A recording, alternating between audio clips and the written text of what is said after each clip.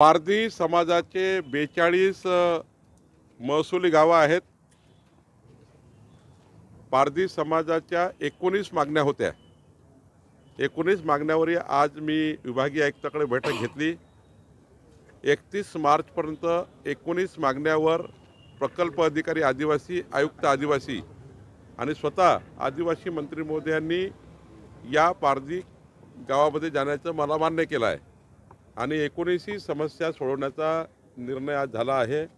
काही समस्या या सरकार संबंधित आहेत, त्या आम्ही सरकारकडे सोडवू, पण इतर समस्या मात्र विभागीय आयुक्त, आदिवासी आयुक्त आणि खाली असलेल्या अधिकाऱ्याकडे आहे। त्यांनी 31 मार्चपर्यंत सर्व समस्या सोडवण्याचं आश्वासन दिलं आहे। जिल्हा परिषदेचे सीओ हे 3 दिवस या सर्व पारधी समाजाच्या गावात जाऊन येणार आहे। सर, प्रामुख्याने दाखले आणि जात प्रमाणपत्राची समस्या असते आणि कारण जुने डॉक्युमेंट नाही, 1950 ची अट त्याच्यामध्ये अडचण येते, त्याबद्दल काही 349 कास्ट सर्टिफिकेट देण्यात आल्या। 65 कास्ट सर्टिफिकेट, आधार कार्ड आणि जन्माचा दाखला नाही म्हणून रद्द केल्या।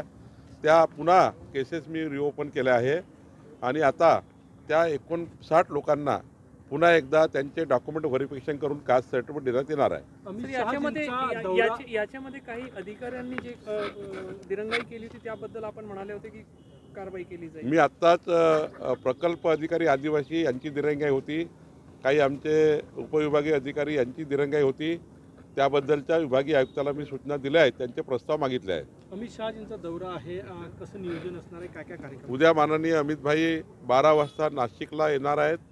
त्र्यंबकेश्वरला जाऊन मालेगावला एक शासकीय कार्यक्रम आहे। तो शासकीय कार्यक्रम झाल्यानंतर माननीय अमित भाई 6 वाजता मुंबईच्या एका कार्यक्रमाला असणार आहे। 2 शासकीय कार्यक्रम आणि एक त्र्यंबकेश्वरचं दर्शन, इतकाच विषय आहे। सर, नाशिक आणि इथला जो जिल्हा पालकमंत्री पदाचा तिढा आहे तो मुख्यमंत्री आल्यानंतर सुटेल असं फार मला वाटतं वाद नाही आहे।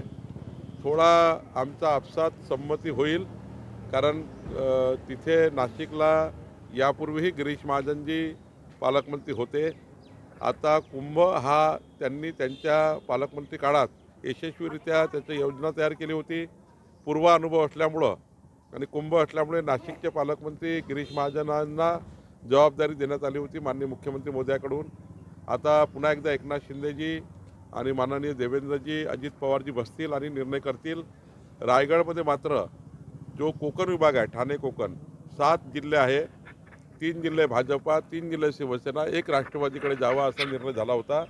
पण पुन्हा एकदा त्या ठिकाणी काही शिवसेनेकडनं आपत्ती आहे, त्याबद्दलही तिघही नेते बसतील आणि माननीय मुख्यमंत्री योग्य निर्णय करतील। शरद पवार आणि अजित पवारांची आज चर्चा झाली, काय वेगळे राजकीय समीकरण दिसते भविष्याच्या काळात? कारण की केंद्रातही हिंदू विचाराचं सरकार आहे, महाराष्ट्रातही आहे।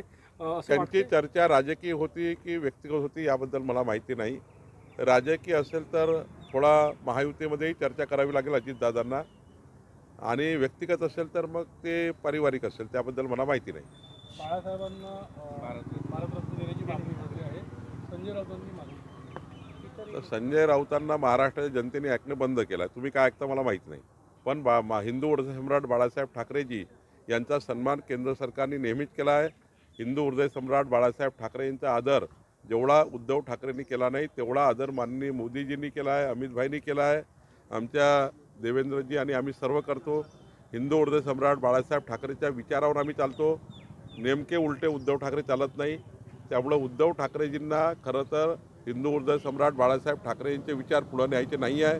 आम्ही उलटं त्या ठिकाणी आमच्यावर बाळासाहेबांची आशीर्वाद आहे, हिंदू हृदय सम्राट बाळासाहेबांची प्रेरणा आमच्यावर आहे। आम्ही जो काही या ठिकाणी सन्मान केंद्र सरकारने हिंदू हृदय सम्राट बाळासाहेब ठाकरेचा आमच्या महाराष्ट्र सरकारने केला पाहिजे, तो निश्चितपणे आमचं सरकार करेल। पण संजय राऊत हे जे नेहमीच हे कुठल्या ना कुठल्या विषयावरनं महाराष्ट्राचं राजकारण कलुषित करण्याचा प्रयत्न करतात, कुठल्या ना कुठल्या विषयावर, तो विषय त्यांना लखला पाहिजे। पण आमचा हिंदू हृदय सम्राट बाळासाहेब ठाकरेजीवर असीम प्रेरणा आहे। आम्ही नक्कीच आमचं सरकार, केंद्रातलं सरकार बाळासाहेबांचा आदर करणार आहे। Thank you sir.